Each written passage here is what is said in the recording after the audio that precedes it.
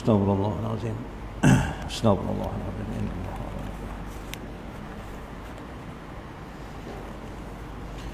Assalamualaikum warahmatullahi wabarakatuh. Ila hadratin Nabi Mustafa Muhammadin sallallahu alaihi wasallam wa ala alihi wa ashabihi kiramil Fatihah. A'udzu billahi minasy syaithanir rajim. Bismillahirrahmanirrahim. Alhamdulillahi rabbil alamin. Ar-Rahmanir Rahim. Maliki yaumiddin. Iyyaka na'budu wa iyyaka nasta'in. Ihdinas siratal mustaqim. صراط الذين أنعمت عليهم غير المغضوب عليهم ولا الضالين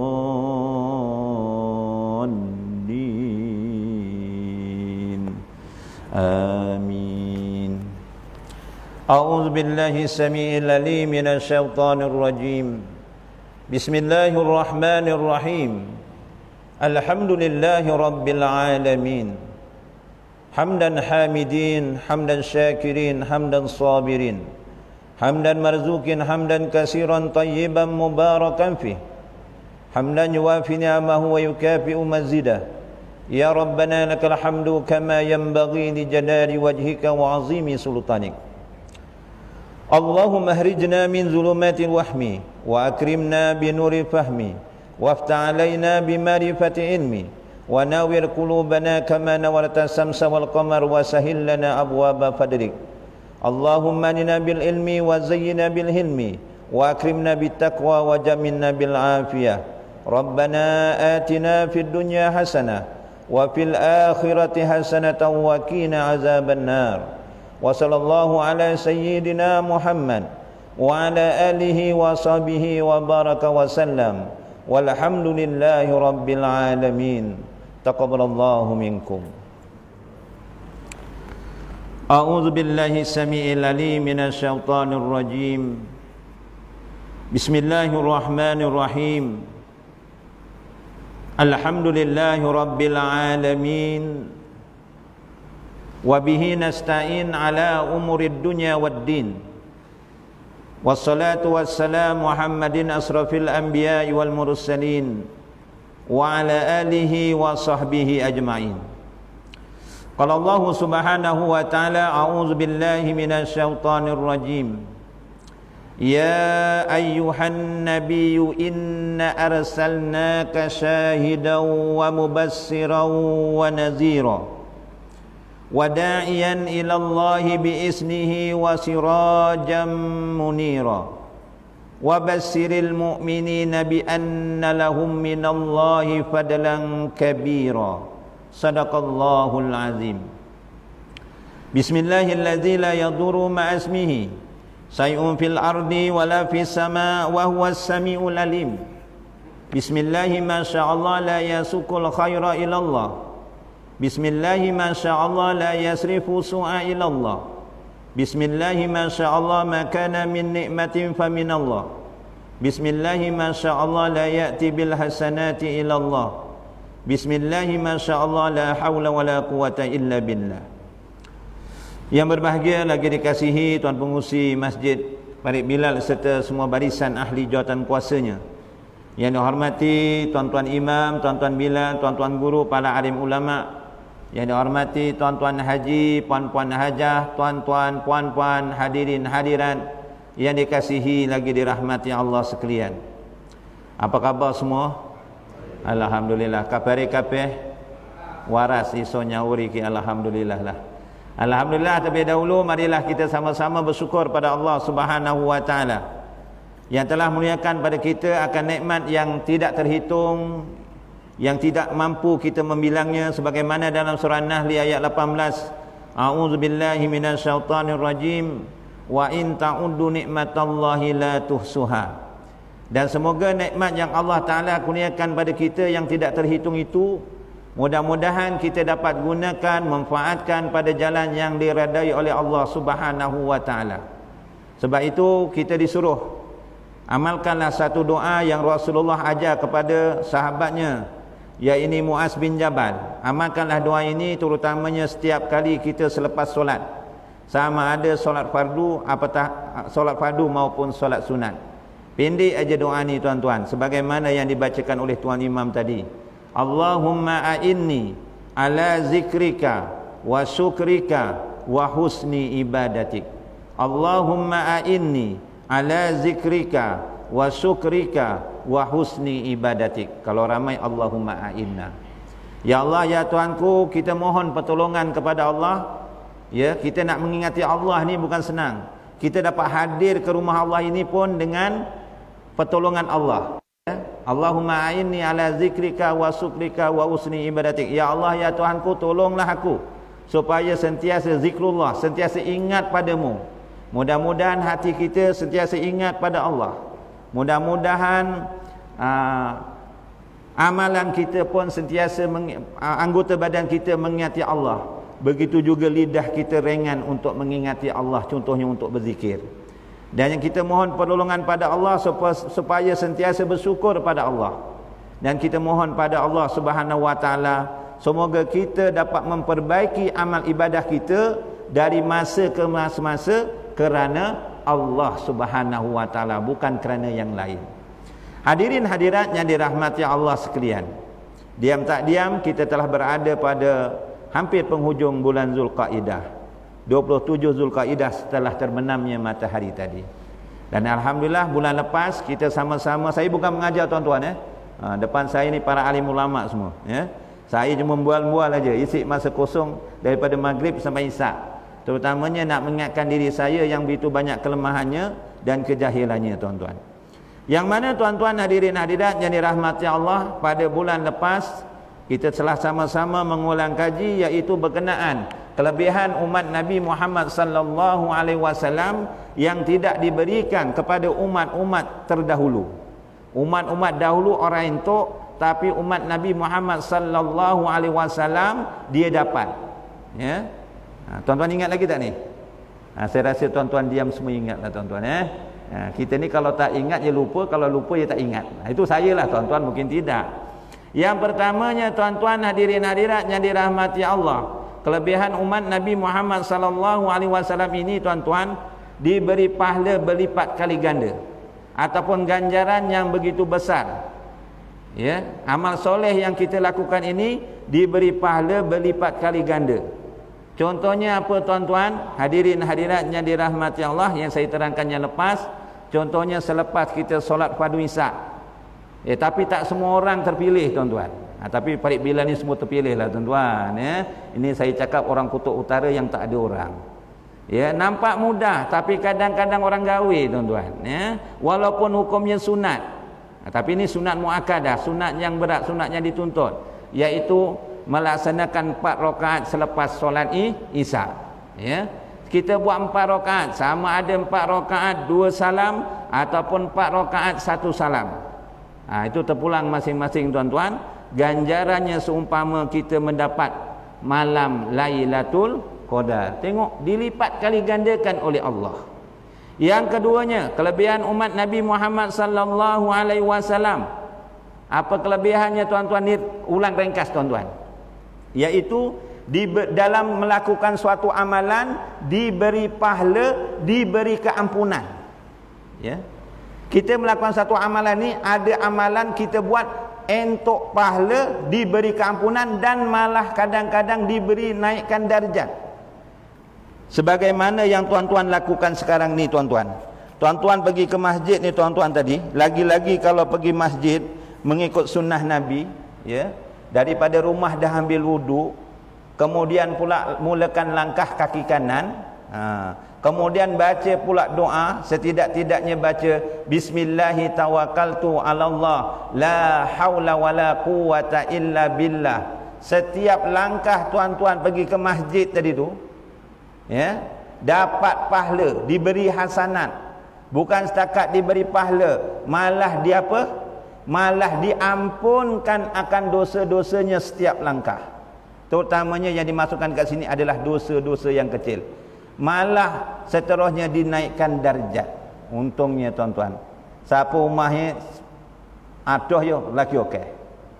Tapi jangan pula engkau kereta ni ditinggal kabeh, motor ni ditinggal kabeh, melaku kabeh. Tuan-tuan naik kereta ke naik motor ke, Allah Taala yang Maha mengetahui, semuanya ada ganjarannya. Tengok tuan-tuan. Tuan-tuan duduk dalam majlis ilmu ni tuan-tuan. Ya, setiap masa tuan-tuan duduk ni dapat pahala dan dapat pengampunan. Ya, dapat pahala dan dapat pengampunan tuan-tuan. Okey, yang ketiganya tuan-tuan, kelebihan yang diberikan pada umat Nabi Muhammad sallallahu alaihi wasallam yang tidak diberikan pada umat-umat yang terdahulu. Umat Nabi Muhammad sallallahu alaihi wasallam diberi pahala berkekalan. Masya-Allah, tabarakallah. Dah tak amal tapi pahala terus dapat. Terus mengalir. Wonge wis ninggal dunia, orangnya dah mati tuan-tuan, tapi pahalanya terus berkekalan, terus berjalan, terus entuk. Contohnya amalan yang saya terangkan pada bulan lepas, yaitu dalam hadis rawahu Muslim, apabila mati anak Adam, maka terputuslah amalannya melainkan 3 perkara. Yaitu apa tuan-tuan? Sedekatin jariyatin, yakni sedekah jariah. Yang kedua, ilmu yang dimanfaatkan. Yang ketiganya tuan-tuan hadirin hadirat, yaitu doa anak yang soleh. Dan yang keempat, kelebihan umat Nabi Muhammad sallallahu alaihi wasallam yang tak diberikan kepada umat-umat yang terdahulu. Doanya diterima oleh Allah, doanya dimakbulkan oleh Allah. Jadi kita jangan sombong tuan-tuan. Ya, kita jangan sombong, banyakkanlah berdoa. Kalau malas sangat berdoa tuan-tuan hadirin hadirat, bacalah doa yang Rasulullah suka baca, kata Ummu Salamah. Doa ni Rasulullah suka baca. Bukan Rasulullah aja suka baca, kita pun suka baca. Memanglah kita nak jadikan Rasulullah sebagai qudwah. Kalau malas sangat, setidak-tidaknya baca doa apa yang Rasulullah suka baca, sering baca, kata Ummu Salamah, yaitu baca apa? Rabbana atina fid dunya hasanah wa fil akhirati hasanah wa qina azabannar. Ini pun kita suka. Lagi-lagi kalau doa tahlil, memang kita suka kalau dah imam baca Rabbana atina. Tapi kadang-kadang sekali-kali saya memang saja dengki, ini saya lah. Rabbana atina tu saya baca, semua mula-mula baca doa tahlil, tangan betul angkat betul. Dah lama-lama makin turun. Pak imam pula tambah lagi doa. Lepas Allahumma qalhum min dikil qabri wal luhud illa jannatika jannihu, tambah lagi. Ya ayatuhan nafsul mutmainnah irji ila rabbiki radiyatan mardiyah fad'uli fi ibadi wad'uli jannati. Tambah lagi doa selamat. Tangannya jadi gini aja. Dah ada tongkat pula. Lama-lama begini. Tapi apabila Pak Imam Rabbana atina, ini menandakan jambuan dah semakin dekat.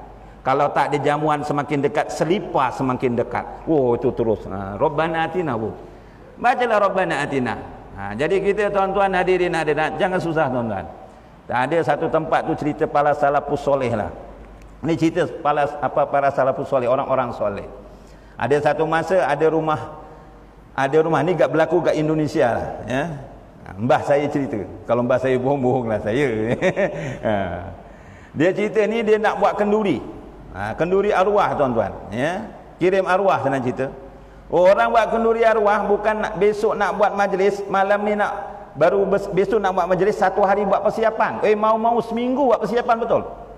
Yang ngeresiki rumah, yo keliling rumah yo diracun tingkap-tingkap yo dikesat, yo diwakium kapete, ibaratnya koyo ngono lah.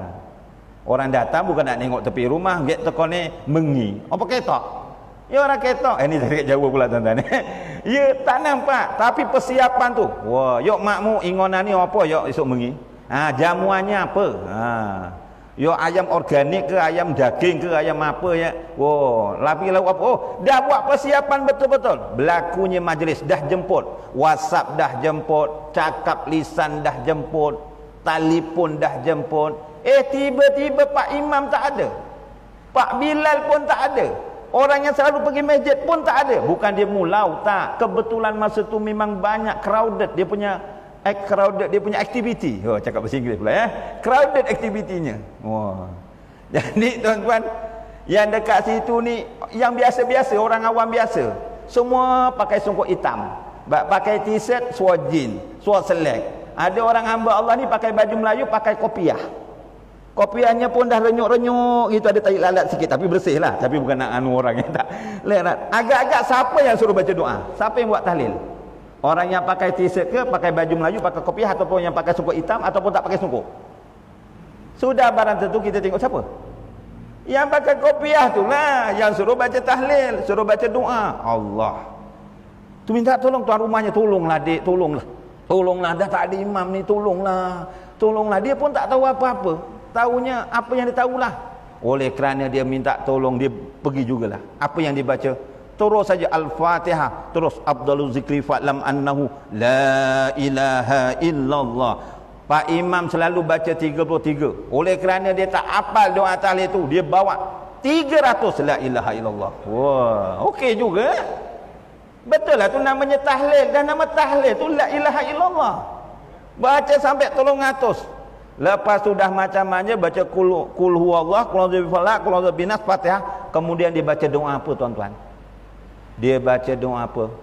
A'udzubillahi minasyaitonirrajim, bismillahirrahmanirrahim. Dia baca Fatihah doanya, kemudian tutup apa? Rabbana atina fid dunya hasanah wa fil akhirati hasanah wa qina azabannar. Amin. Ya. Yang tuan rumahnya ni ngamuk, marah, tak bersetuju. Engkau kok baca doa cuma Fatihah dengan Rabbana atina fid dunya hasanah. Nek kau yaki aku pun iso. Wis ora payah ngekon liko. Kata tuan rumah, kalau setakat baca Rabbana atina, aku pun pandai. Kau nak tahu aku buat kenduri ni berapa banyak modal? Berapa banyak hari persiapan yang aku buat? Dia Rabbana atina dah habis doa, dia sapu dekat muka. Yang tuan rumahnya tak setuju, dia ambil tangannya, dia sapu dekat tiang. Rumah dulu kan dia tiang-tiang, tapi lampu ni orang kau yang ni. Biar lampu ni lampu oblek. Nggo minyak makan ngono, paling kaya sikit lampu gas lah ya.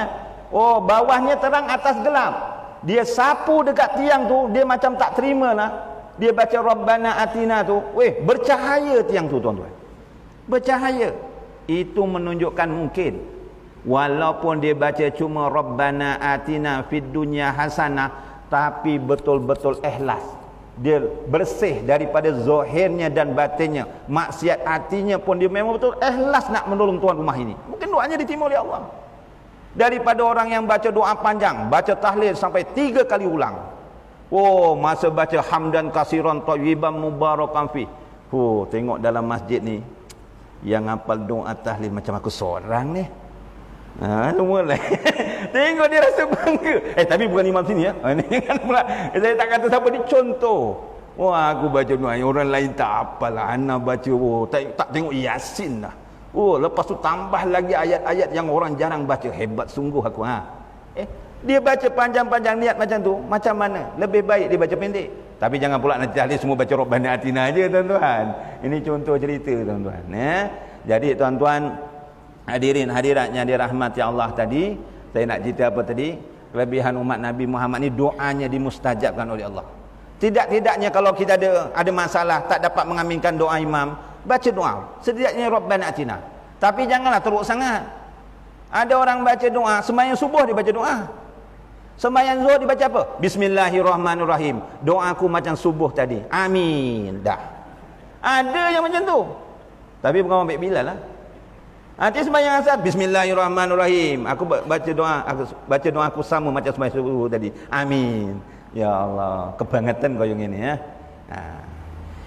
Yang keempatnya, yang kelimanya, kelebihan umat Nabi Muhammad sallallahu alaihi wasallam ya, iaitu mendapat syafaat Rasulullah sallallahu alaihi wasallam. Itu uraian ringkas pada bulan lepas. Pada malam ini tuan-tuan hadirin hadiratnya dirahmati Allah, kalau tak sempurna kita sambung pada bulan yang akan datang, iaitu perhentian-perhentian menuju ke surga Allah. Jadi kalau kita dah melakukan perkara kelebihan tadi, memudahkan kita menuju ke surga Allah. Surga ni apa tuan-tuan? Iaitu tempat yang disediakan oleh Allah Ta'ala di akhirat untuk orang-orang beriman dan taat kepadanya, untuk menerima balasan nikmat yang tiada tolok bandingan di dunia. Surga ni adalah tempat balasan nikmat. Untuk siapa? Orang-orang yang melakukan amal soleh, yang mana nikmatnya tiada tolok bandingannya di dunia. Sebagaimana yang dinyatakan dalam hadis Nabi SAW, rawahul Bukhari wa Muslim, a'datu li ibadi solihina ma la ainun ra'at wa la uzunun sami'at wa la khatara 'alal qalbi basar. Allah sediakan untuk hamba-hambaku yang beramal soleh apa yang tidak pernah dilihat oleh mata dan tidak pernah didengar oleh telinga dan tidak pernah terlintas dalam hati manusia. Nikmat surga tu. Saya teringat tuan-tuan, sahabat saya ni dia ngajar dekat madrasah. Tapi dekat sekitar dengan Kajang, Sahalam tu dekat-dekatlah dekat madrasahnya. Adalah hamba Allah tu kaya lah. Kira macam ahli korporat juga tuan-tuan. Cuma dia ada masalah kesihatan. Dia memang kaki masjid, tapi ada masalah kesihatan macam gaut lah, macam yang cakap ni lah, lebih kurang. Tapi hari ni alhamdulillah lah, tegak sikit jalan. Ya. Jadi dia macam suka nak bergerak. Jadi kena bulan Ramadan, dia tak boleh pergi masjid. Dia jemput madrasah tapis dengan gurunya, termasuklah kawan saya ni. Kawan saya pun pergi rumah. Besar rumahnya tuan-tuan. Yang dia terperanjat tuan-tuan, sekali nak tempat sembahyang tu, bawah lantai ada ikan. Bawah lantai ada ikan. Kita bawah lantai ada cicak, ada lipas. Itu saya lah, bukan kita. Kita macam tuan-tuan. Tuan-tuan, bawah lantai kita mungkin ada lipas, ada cicak, kadang-kadang silap ada tikus. Rumah dia nak sembahyang tuan-tuan, bentang sejadah, tepi keliling ikan bawahnya. Godok. Ikan berwarna-warni. Bukan ikan puyuh, tak. Ikan mahal-mahal lah. Rupa-rupanya dia punya lantai cermin tebal. Bawahnya tu macam akuarium. Ya Allah, aku sembahyang anumal. Ora usuk, ora yoyo. Habis tengok bawah nampak ikan tuan-tuan. Masya Allah. Dia tak cakap, cantik macam surga. Jangan. Surga lebih indah. Kalau dia cakap cantik macam istana raja, okeylah tuan-tuan. Kalau macam surga tak boleh. Kita tak boleh buat perbandingan. Surga lagi hebat tuan-tuan, akan keindahannya tuan-tuan. Kan diceritakan tuan-tuan, hadirin hadirat yang dirahmati Allah, dalam surga ni ada 4 perkara tuan-tuan. Ono neng dunya, tapi dak ono neng surga. Ya. 4 perkara ni tuan-tuan, ono neng dunya, tapi dak ono neng surga. Faham ya? 4 perkara ni ada dekat dunia, tapi tak ada dekat surga. Pertama tuan-tuan, yang ada dekat dunia tapi tak ada surga, ya ini mati. Dekat surga kita hidup contohnya mewah lah ya. Omahe gede, kebone okeh, keretane yo gede. Cuma isterinya tak bersolah, isterinya cute sikit. Nah, ya. Memang semua mewah lah hidup tuan-tuan. Tapi walaupun semewah-mewahnya hidup di dunia hartanya, akhirnya dia akan mati, betul? Tapi dekat surga kita takkan temu mati lagi. Sebab dinyatakan dalam Al-Quran surah Az-Zumar juzuk 39 ayat 73, Allah Ta'ala telah berfirman, wa qala lahum hazanatuha salamun alaikum tibtum fadhuluha khalidin.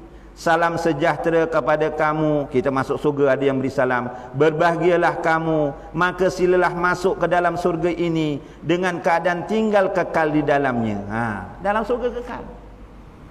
Nombor 2, ada dekat dunia dak ono ning surga. Nombor 2, ngelak. Ngelak berarti ngelak. Nek Melayu ni dahaga. Dekat dunia kita dahaga tak? Ini musim hujan tak apa-apa dahaga. Cuba nek panas ting betul. Panas ngono, lungo kebun, pergi kebun contohnya ataupun buat kerja kat rumah, ibu-ibu nyapu halaman rumah, kadang cuaca panas. Minum air 1.25 liter tu biasa je, lagi-lagi sejuk. Haus, sikit-sikit ngelak, sikit-sikit ngelak tuan-tuan. Tapi dekat surga besok, seorang ngelak. Setelah kita dapat minum daripada Al-Khawd, yakni telaga Al-Kausar yang dikurniakan kepada Nabi Muhammad sallallahu alaihi wasallam. Nabi, setengah ulama menyatakan bahawa setiap Nabi ni ada dikurniakan telaga. Dan Rasul-Rasul ni, Nabi-Nabi yang dikurniakan telaga, dia sungguh berbangga kalau ramai yang minum di telaganya. Jadi Rasulullah berbangga kalau umat-umatnya dapat minum di telaganya. Tapi walau bagaimanapun tuan-tuan, sebab tu kita banyakkan berdoa supaya dapat minum air di telaga Al-Kausar. Ketika itu di manakah terletaknya telaga Al-Kausar tuan-tuan? Iaitu ketika kita berada di padang mahsyar. Padang mahsyar ni tuan-tuan, ni cerita turutannya tuan-tuan. Oh, panas tuan-tuan. Tuan-tuan jangan bayangkan padang mahsyar tu macam stadium Batu Pahat tu. Masa 31 Ogos beratur kan. Oh, pagi boleh tahan pukul 10. Oh, semua dah mulai lari-lari bawah pokok. Itu lantainya rumput, atasnya ada awan mungkin, langit. Tapi besok dekat padang mahsyar diceritakan lantainya besi, atasnya tembaga. Matahari begitu hampir dengan kepala kita mengikut amalan masing-masing. Ada yang berperuh paras buku lali, ada yang paras lutut, ada yang paras pinggang, ada yang paras dada, ada yang paras-paras ono sing kelelep penono. Ikut amalan masing-masing. Masa itu ice blend ke ABC ke bukan ada juga kat sebelah. Masa itu kita mengharapkan dapat minum apa? Telaga Al-Kausar. Sekali minum hilang dahaganya. Dan alangkah seronoknya tuan-tuan, yang kita bahagia, yang kita idam-idamkan, kita dapat minum telaga Al-Kausar ni besar. Kalau nak cerita tu besok akan tajuknya. Walaupun besar tu, kita mengharapkan dah dapat minum telaga Kausar, dapat minum bersama Rasulullah. Oh, Masya Allah, tabarakallah. Sekali minum kita tak haus selama-lamanya. Neng surga orang ngombe ya rugi tu Ustaz.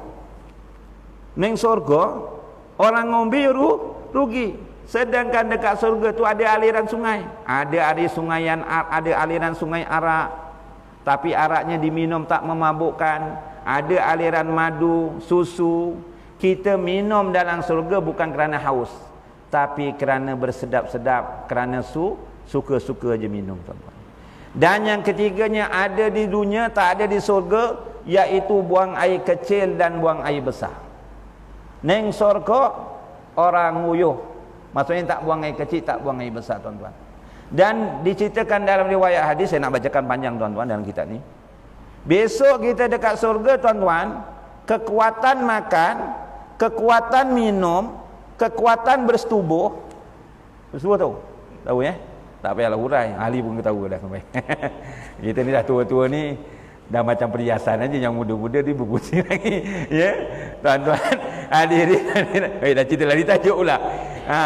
Diberi kekuatan apa? 100 kali ganda. 100 kali ganda kekuatan makan, 100 kali ganda kekuatan minum, 100 kali ganda kekuatan bersetubuh. Cuba kalau dekat dunia, bulan puasa bulan Ramadan yang lepas. Yalah tuan-tuan mungkin ada duit lebih. Ya ada duit lebih. Yuk makmu. Saya sekali kita pukul neng hotel. Kan ada kat hotel tu.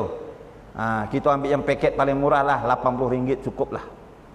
Kita masuk hotel, masuk kambing golek. Sedap. Nanti nak ambil. Jalan lagi ayam togel golek. Sedap. Ini pun nak makan. Jalan lagi apa ni, lembu masak black pepper. Sedap. Nanti nak makan. Jalan lagi ada kebab angsa, kebab rusa. Sedap, nanti nak makan. Jalan lagi tom yam. Ini kalau saya cerita sampai pukul 12 malam tuan-tuan, nak sebut banyak sangat. Itu contohlah tuan-tuan. Kita masuk hotel semua nak makan, betul? Tapi berapa banyak kekuatan kita makan? Pihak yang niaga tu pandai, RM80 memang lauknya banyak. Dia tahu kuatnya manusia ni makan macam apa. Tadi mula nak belum buka puasa, nak sunyung semua nak makan. Sekali dah buka puasa, makan sepinggan dah kenyang. Sampai ada yang mulut degil, kok makan sikit dah kenyang ya? Kau siapa suruh baca bismillah? Cuba tak baca bismillah kan makannya banyak. Dia cakap begitu, tak baca bismillah. Makan banyak, kau nak makan sama setan apa cakap itu ya? Itu makan sikit je. Itu pun kalau salah makan. Kalau salah makan dah makan sepinggan tak berbaloi. Buang air besar, buang air kecil, silat-silat tarawih pun tak pergi. Itu dekat dunia. Tapi dekat surga, ya Allah, kekuatannya makan, kekuatan minum, tapi tak buang air besar, tak buang air kecil lagi. Diceritakan dia buang air besar, buang air kecil. Ada riwayat menceritakan dia berpeluh. Peluhnya wangi, tuan-tuan, bagaikan kasturi. Dan apabila wangi, maka hilanglah akan kekenyangan itu. Ada setengah riwayat macam tu. Allahu a'lam bisawab. Dan yang keempat, apa yang ada di dunia tak ada di surga, iaitu dekat dunia ada perasaan cemburu, dekat dunia ada perasaan iri hati, dekat dunia ada perasaan dendam. Tetapi dalam surga tidak ada, tuan-tuan. Tuan-tuan buka surah Al-Hijr ayat 47. Surah Al-Hijr ayat 47, Allah Ta'ala telah berfirman, A'udzubillahi minasyaitonir rajim, wa naza'na ma fi sudurihim min ghillin ikhwanan ala sururim mutaqabilin.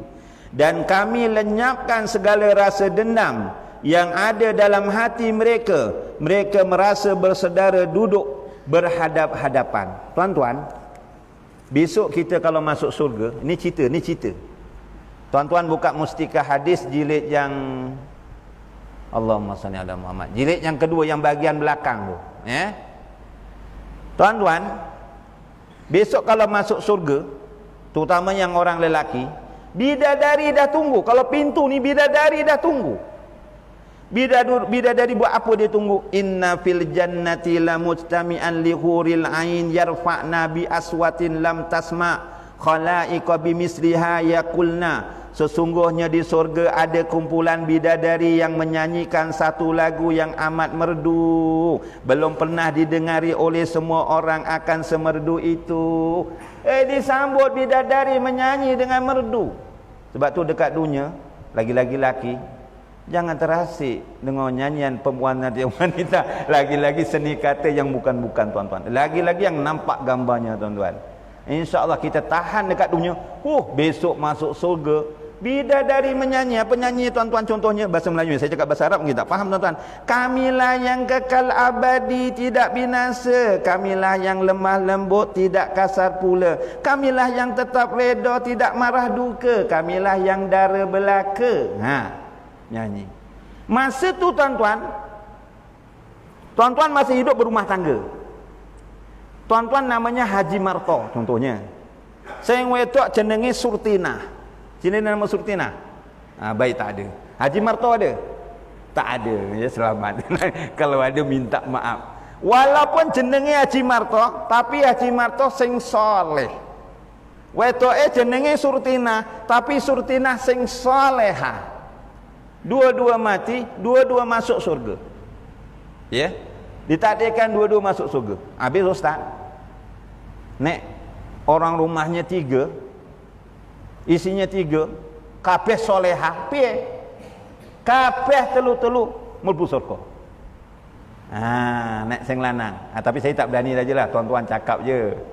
Sebab beras waras keras tak cukup lagi, ya. Tuan-tuan cukup fikirlah sendiri, ya. Tiga boleh jumpa. Tapi kalau 3 tu atau 4, yang satu tak solehah, dia tak jumpa. Tapi sebaliknya, Ustaz, macam mana? Istrinya meninggal, istrinya hidup, suaminya meninggal dunia dulu. Lepas tu, yalah, walaupun ibu IT masih berketah pula. Ia masih muda lagi, tuan-tuan hadirin. Ono wong Minang meneh, rapi meneh. Suami pertama dah mati. Suami kedua, nikah lagi suami kedua. Salehah juga, meninggal lagi, tuan. Dah 2. Tuan-tuan, lepas tu, tuan-tuan, kok ada orang Minang lagi? 3 kali ni kahwin, ya. Habis macam mana, Ustaz? Kalau 3 suaminya tu diceritakan dalam Mustika Hadis tu, ya, jilid yang kedua yang ujung, nak cerita banyak hadis tu, tuan-tuan. Huraian hadis tu. Kalaulah 3 tu, mungkin 3 tu suaminya semua bekas suami, seorang aja yang soleh, isinya soleh, jumpa seorang aja. Ini kalau 3 soleh, takkan sampai telu. Dekat dunia boleh laki sampai 3. Tak boleh toh. Diceritakan dia akan jumpa dengan suaminya dalam dunia. Mana yang lebih cinta hatinya ketika dalam dunia? Ya, macam kita ada anak 5. Anak 5 tu anak siapa? Anak saya lah, tuan-tuan. Yalah anak lima ki macam-macam perangai ni ya. Ibaratnya setandan kelopo masing-masing ya. Anak lima ki ana sering ngomong, urung entek ngomong wis ngelawan. Ana anak pula kita belum cakap dia dah cakap pun ada. Ada anak yang kita cakap bibir dia diam aja. Masing-masing kan. Mungkin banyak-banyak anak tu memang kita mungkin ada sikit lebih, betul tak tuan? Ada tak 5 anak tu sikit lebih kasihnya? Ada tak? Ada tak? Cuma kita tak nampakkan. Cuba nak menjaga hati anak masing-masing. Ibaratnya suaminya 3 tu semua soleh, mungkin ada 1 yang lebih. Itulah dia akan jumpa. Tapi kalau Rasulullah tidak, Rasulullah jumpa semua akan isinya. Tuan-tuan, contohnya suami isteri tadi dah masuk dalam surga. Bidadari itu dah cantik tuan-tuan. Tapi kalau isteri kita solehah, melbu surga lagi ayu. Lagi ayu tu maksudnya tadi saya cakap bidadari ayu, cantik. Yang isi kita kalau solehah ayu, maksudnya ya lagi cantik daripada bidadari. Kenapa? Kata ulama dia lebih cantik kerana apa? Kerana dia tak sama macam bidadari. Dia hidup di dunia, dia sujud kepada Allah. Orang tengah tidur nyenyak, suaminya mendekung. Contoh, istrinya boleh sembahyang sunat tahajud. Abang, bangun. Suaminya sabar, nanti. Ya, abang, dah nak witir ni. Sabar, nanti. Tengok. Ya Allah. Orang puasa 6, suaminya suruh puasa. Ampun nak besok nak nyawit lah. Besok boleh. Besok tak boleh. Besok kita nak gali parit lah. Besok boleh. Besok tak ada gotong royong lah. Macam alasan suaminya. Tapi istrinya, habis puasa 6 Syawal yang lepas. Dia walaupun loketnya besar. Emasnya besar. Dia tak suka tunjuk-tunjuk. Contoh. Dia lagi cantik daripada bidadari di atas kesolehan. Tak sama macam bidadari yang terus dalam surga. Contoh, isi kita dah cantik dalam surga. Tiba-tiba suaminya ni nampak bidadari. Dia bersuka-suka dengan bidadari. Isterinya ndurut suka. Nampak suaminya bersuka-suka dengan bidadari. Agak-agak macam mana? Ketika itu tidak ada perasaan iri hati, cemburu dan sebagainya. Tapi kalau dalam dunia, cubalah kalau berani. Cuba. Janganlah payah bermadu. Kadang-kadang saya pengalaman lah. Bukan isi sayang ni. Bukan sayang ni pula. Ni contohlah contoh. Belilah dia cili. Alah bang, kita dah penat dekat pasar tadi. Kita tunggu kat kereta je lah. Kita belilah dia cili kampung. Kita beli dia cili, dia nampak. Dia siap tengok jam lagi. Lamanya abang. Dah dia cili, dah pilih, dah bungkus. Sampai 8 minit. Masuk aja. Wah bang, lambat sangat bila ada ciri. Sampai 8 minit. Siap tengok jam. Mentang-mentang lah yang jual tu rondo. Itu pun dah cemburu dekat dunia. Dekat surga besok tidak tuan-tuan. Jadi hadirin hadirat yang dirahmati Allah, ya, kita beramallah soleh. Mudah-mudahan tuan-tuan kita dipermudahkan masuk dalam surga. Jadi tuan-tuan, kita nak menuju ke surga Allah ini tuan-tuan, melalui perjalanan yang begitu jauh tuan-tuan. Dalam kitab Tazkirah fil Awali Mauta wal Umuri wal Akhirat yang disusun oleh Al-Imam Qurtubi. Begitu juga dalam kitab Malam Pertama di Alam Barzah yang disusun oleh Al-Imam Jalaluddin As-Suyuti. Dan begitu kitab-kitab yang lain tuan-tuan. Kita nak menuju syurga Allah Ta'ala ni ada 12 perhentian. Ada 12 stesen senang cerita. Yang pertamanya tuan-tuan, iaitu alam roh. Perhentian alam roh, kita dah lepas. Yang keduanya alam rahim, kita dah lepas tuan-tuan. Yang ketiganya yang kita sedang laluinya ini, iaitu alam dunia. Dan alam dunia ini kita jangan leka tuan-tuan.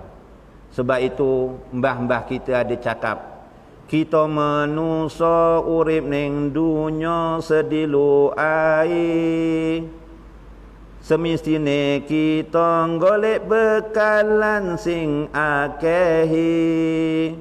Ojo sampai kita dilalikke, jaluk kesuwun karo pangeran penguasa. Faham tuan-tuan? Emboh lah ustaz, ya. Kita manusia urip ning dunia sedilu air. Kita dekat dunia hidup sekejap sahaja. Semestinya kita golek bekalan sing akeh. Kita dekat dunia ni semestinya kita cari bekalan sebanyak-banyaknya nak dibawa ke mana? Ke alam akhirat. Ojo sampai kita dilalek ke. Jangan sampai kita mohon pada Allah, jangan sampai kita dilupakan. Mohon kesuwun karo pangeran, mohon bertaubat, maksudnya mohon pengampunan kepada Allah. Kita jangan cintakan dunia sampai lupakan akhirat. Saya teringat seorang sahabat Nabi, Amirul Mukminin Sayyidina Umar Al-Khattab. Ketika itu sudah menjadi Khalifah Ar-Rasyidin yang kedua. Dah isap ke belum? Dia kalau isap beritahu Khalifah Ar-Rasyidin yang kedua. Dah jadi khalifah tuan-tuan. Anaknya balik toko madrasah. Ibaratnya anaknya Sayyidina Umar tu balik pada madrasah. Dia ngadu kepada Sayyidina Umar Al-Khattab. Wahai ayahku, tukok kelah baju. Tapi orang ngomong Jawa lah. Wahai ayahku, belikanlah baju. Aku malu dengan rakan-rakanku. Kerana apa? Baju anak Sayyidina Umar ni dah buruk bertampal-tampal. Baju seorang anak pemerintah. Ini baru penyelia je punya saya. Anaknya pakai baju, pakai apa kasut, koyak sikit pun tak nak, mogok, tak nak ke sekolah. Ni anak Saidina Umar, dia ke madrasah itu pun dah tahan, tak punya tahan. Dia ejek kawan-kawannya, kau ni anak pemerintah, kenapa bajunya baju bertampal-tampal. Jadi malu anak Saidina Umar ni nak pergi sekolah. Lalu anaknya dah tak tahan, mungkin baru mengadu kepada Sayyidina Umar Al-Khattab. Ketika itu Sayyidina Umar Al-Khattab, seorang pemimpin negara, pun diceritakan bajunya bertampal, tuan-tuan. Tuan-tuan ada pergi masjid baju bertampal? Oh, dino putih, sesok biru. Yo apiklah. Nak berhadapan dengan Allah yang secantik-cantiknya. Iki lu ngodolan, wah baju ni semat-semat. Kasute yo sampai 200. Baju ni sak liyo sampai 200 ya. Longo masjid kok nggo baju bandel lagi. Contoh tak patutlah tuan-tuan ya. Pakailah jadi lagi-lagi pakaian sunnah Nabi, lagilah ganjaran yang begitu besar. Lain saya. Sambung sikit sampai cerita mana tadi ni anak Saidina Umar ya. Okey. Azan dulu kita sambung sikit lagi.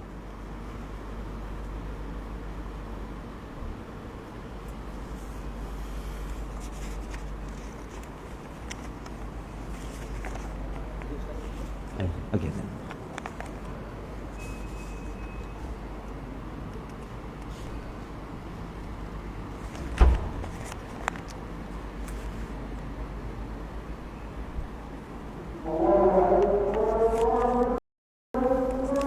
Allahu Akbar.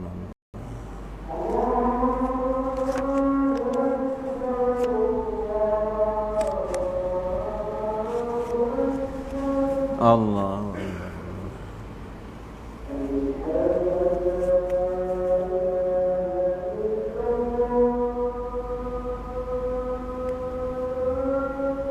Asyhadu an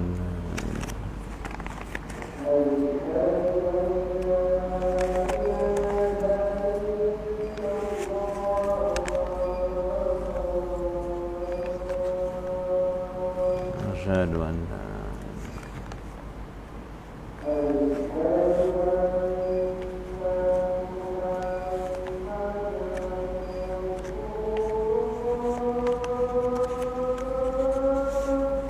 asyhadu an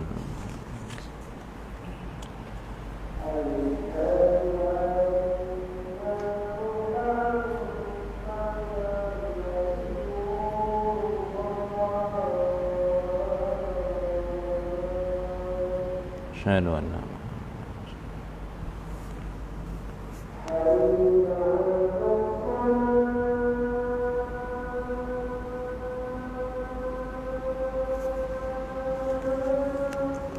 no.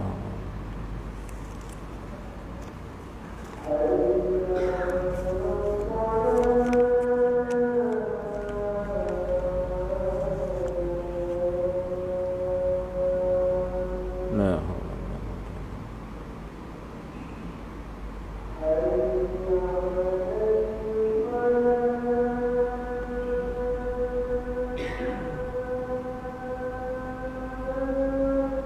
Nah,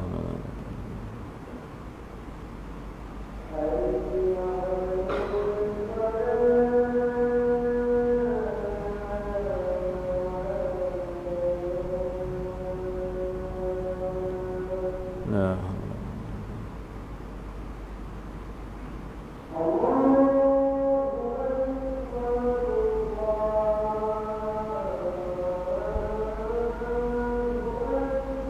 Allahu Akbar.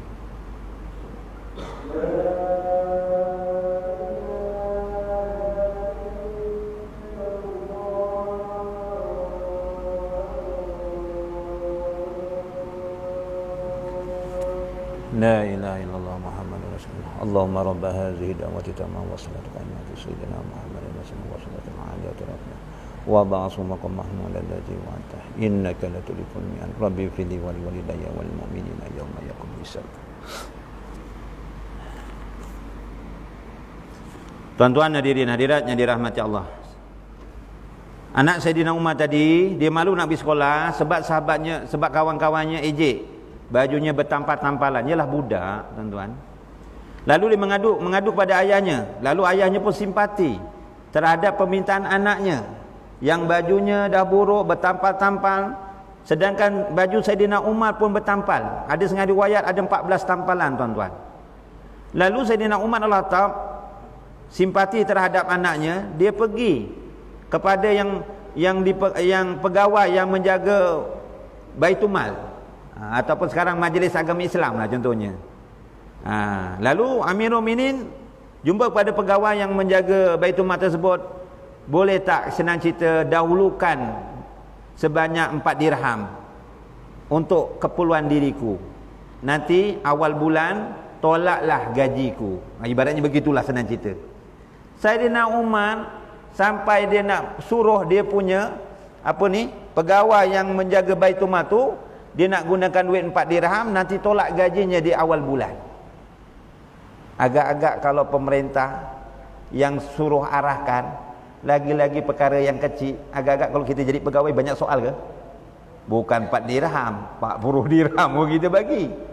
Tapi pegawai yang Baitul Mal tu, oi, dia kata apa? Minta maaf wahai Amirul Mukminin.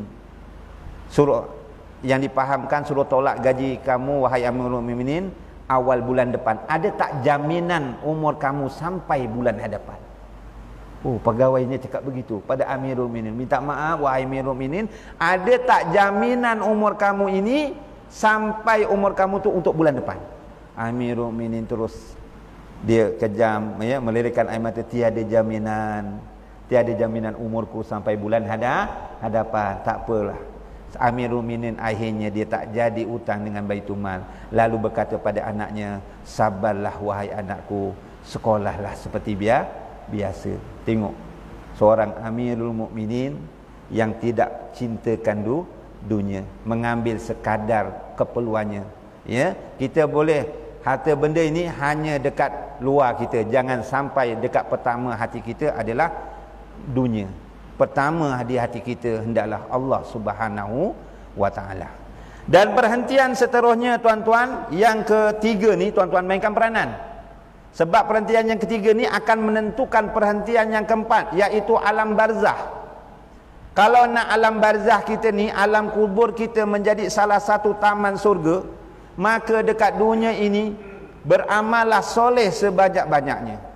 Tapi kalau dekat dunia kita leka, banyak melakukan maksiat contohnya, tidak lagi tak beriman pada Allah, tak bertakwa pada Allah, maka surganya nanti jadi gaung api neraka. Dalam hadis Nabi SAW dalam rawahu Tirmizi wa Ibnu Majah wal Hakim, Rasulullah telah bersabda, innal qabra awwalu manazila akhirati wa inna jaminhu sahibuhu fama ba'dahu aisaru minhu. Sesungguhnya kubur adalah tahap pertama di akhirat. Jika penghuninya berjaya di situ, maka tahap selanjutnya lebih mudah.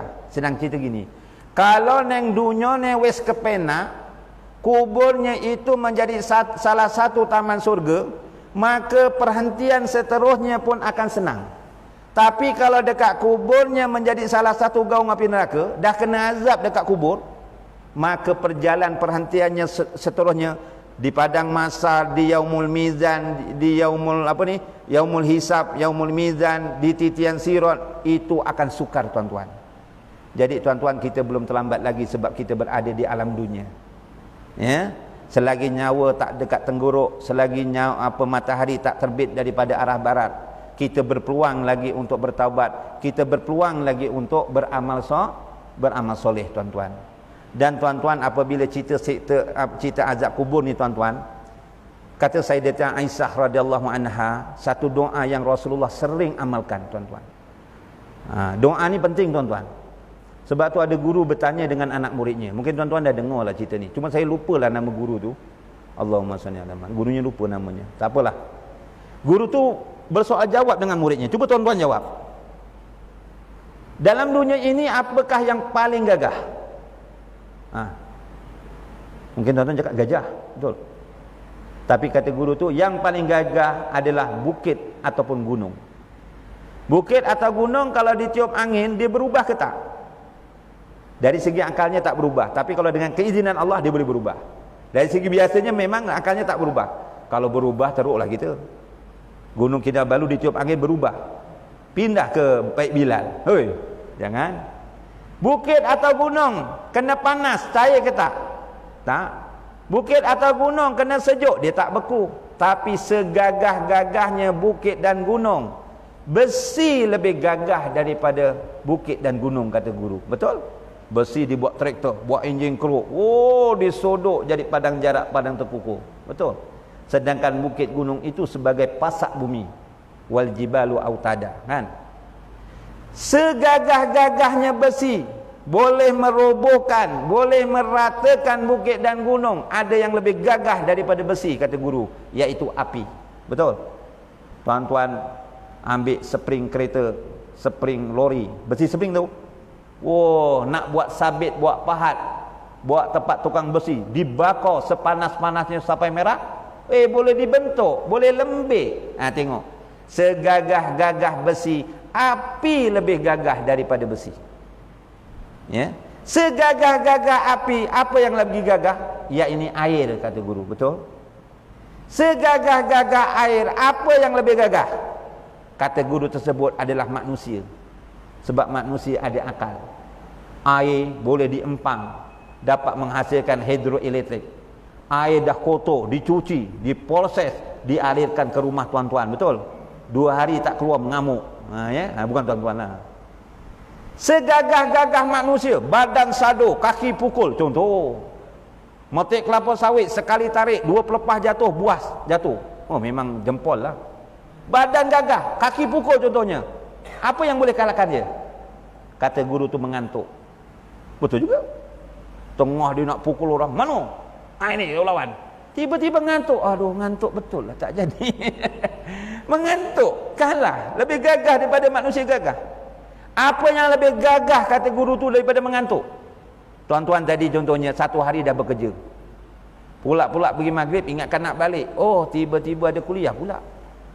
Nak balik malu pula dengan Pak Imam Setiausaha dah bagi WhatsApp jawab ya, tiba nak balik malu. Ini bukan tuan-tuan, contoh. Lepas sembahyang baca suratul Mulk lagi ya. Balik ngantuk betul lah, balik ngantuk betul ni.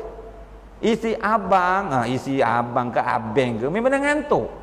Nampak macam batang kayu je, dah tak ada apa-apa. Ngantuk. Sekali nak tidur, apa yang lebih gagah daripada ngantuk? Dapat telefon contohnya. Adiknya telefon. Abang Long, Abah jatuh bilik air tak sadar. Jadi segagah ngantuk dapat dikalahkan oleh duka cita. Betul? Takkan kita nak tidur ngantuk betul, dengar ayah kat kampung jatuh bilik air tak sadar, kita nak tidur? Agak-agak hilang tak ngantuk kita? Hilang tak ngantuk kita? Hilang. Walaupun duka cita itu lebih gagah daripada mengantuk, lebih gagah daripada duka cita, kata guru itu adalah doa. Jadi amalkan doa yang Rasulullah ajar, kata Sayyidatina Aisyah, dan waktu ini di antara doa yang waktu mustajab, yaitu selepas kita membaca tahiyat akhir sebelum beri salam. Tapi dengan bahasa Arab lah tuan-tuan. Jangan ngomong jawab, ya Allah aku lindungamu daripada azab neraka. Gosong Melayu batal kau. Ngomong di antara doanya Rasulullah baca, kalau yang panjang tu susah, baca yang pendek ni lah. Allahumma inni a'udzubika min azabi jahannam wa min azabil qabr wa min fitnatil mahya wal mamat wa min fitnatil masihid dajjal. Pendek kan tuan-tuan? Saya teringat tuan-tuan sikit lagi. Ada seorang ulama tabi'in namanya Imam Tawus, bukan Imam Kawus, Tawus namanya.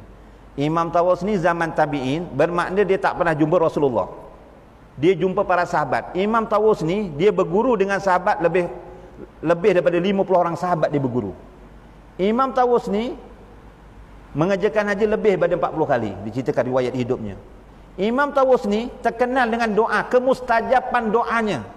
Macam Imam Hasan Basri, macam As-Syauri, ulama-ulama tabi'in yang terkenal akan mustajab akan doanya. Cuma Imam Tawus ni dia tak campur dalam, maksudnya tak campur dengan pemerintah-pemerintah. Ada ulama-ulama, Imam Maliki dicampur dengan berhubung baik dengan pemerintah. Imam Syafi'i pun sama. Sampai Imam Syafi'i pun pernah dipenjarakan kan dalam riwayat hidupnya. Tapi Imam Tawus tak, dia tak campur dengan pemerintah.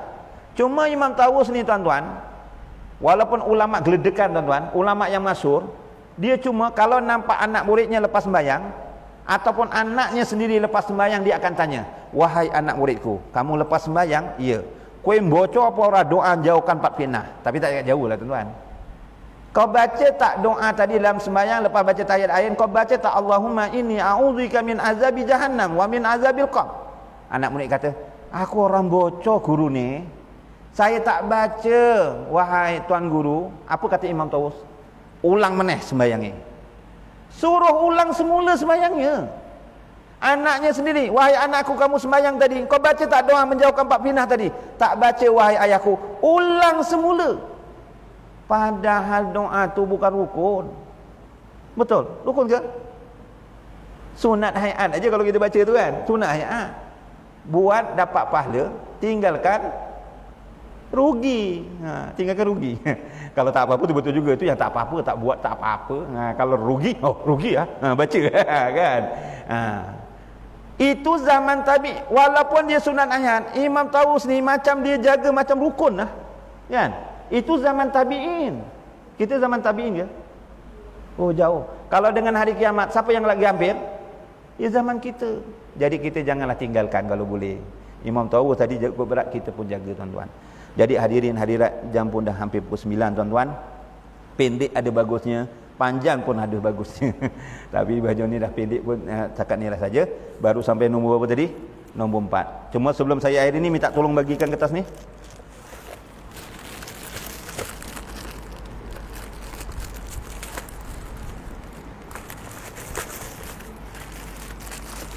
Bismillahirrahmanirrahim.